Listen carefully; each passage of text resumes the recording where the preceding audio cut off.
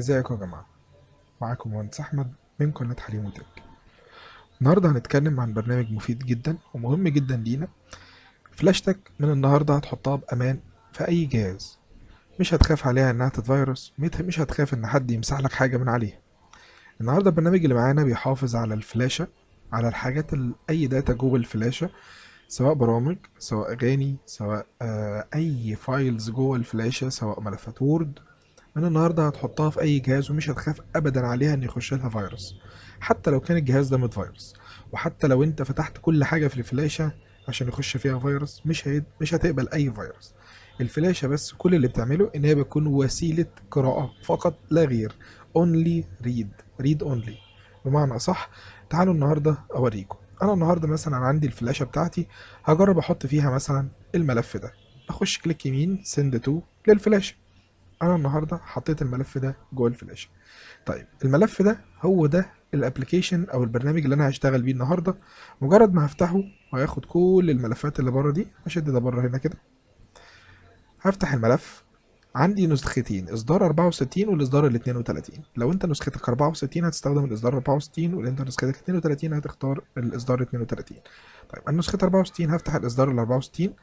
هيقول لي ان الفلاشة بتاعتي دي اهي مفتوحة ومش محمية. طيب انا لو عايز احميها بتكة زرار هدوس على ستارت بروتكشن. جاب لي رسالة على طول قال لي ان الفلاشة بتاعتك اتحمت. طيب تعالوا نجرب ان هي محمية فعلا ولا لا. تعالوا نجرب نخش ونشوف. طيب الملف اهو اللي انا كنت حطيته، تعالوا نجرب نمسحه مثلا كده. ما بيقبلش مسح، بيقول لك ما بيقبلش مسح. طب تعالوا نجرب بقى ان احنا نحط فيها، زي مثلا هنحط فيها فيروس مثلا، او ان هنحط فيها اي برنامج ان هو نشوف هيقبل ولا لا. هندوس كليك يمين على البرنامج مثلا سند تو فلاش. قال لي الفلاشه مش قابله انها تستخدم اي برنامج. اكسس دينايد، نو بيرميشن، مفيش اي اكسس ليها ان هي تقدر تستلم اي ملفات. يبقى معنى كده ان الفلاشه بتاعتنا محميه. يبقى انت في اي وقت هتحطها في اي جهاز مهما كان متفيروس لازم هتبقى محميه. طيب انا دلوقتي بعمل ايه؟ انا مثلا دلوقتي الفلاشه بتاعتي بحط فيها البرنامج ده وبقفل عليها زي ما انا ما قفلته وعودتكم بالمنظر ده.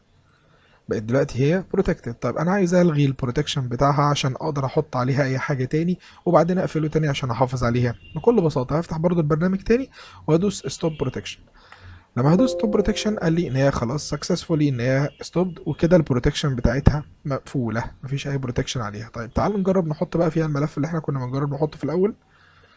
الملف اتحط عادي جدا. تعالوا نجرب ندخل على الفلاشة. الملف اهو موجود فيها. فبالتالي انا البرنامج ده بيحمي الفلاشة بتاعتي من اي فيروس انا بحطه، او سوري اي فيروس انا بحط فلاشة في جهاز من فيروس بيحميها. فبالتالي مش هيجي لها اي فيروس، بالتالي لو عليها شغل مش هيضيع مني. البرنامج ان شاء الله عشان نقدر نجيبه، مجرد ما احنا ما هنفتح صفحة جوجل بالمنظر ده وهنكتب NTFS Drive Protection.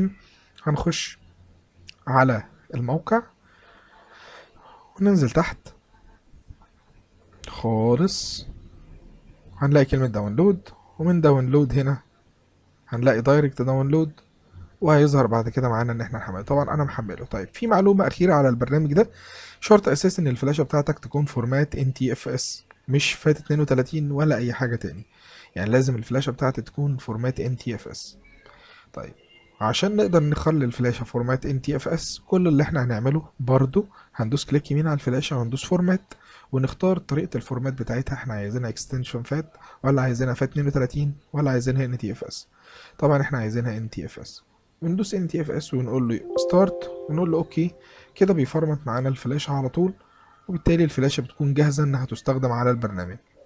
وبرضه البرنامج ده لو الفلاشة مقفولة، عمر الفورمات ده ما هيقدر يفرمتها، ولا أي برنامج هيقدر يفرمت الفلاشة طول ما هي عليها بروتكشن. طيب أنا قلت لحضراتكم كده كل المعلومات الكافية، وكده انتهينا من حلقة النهاردة. شكرا ليكم وإلى اللقاء.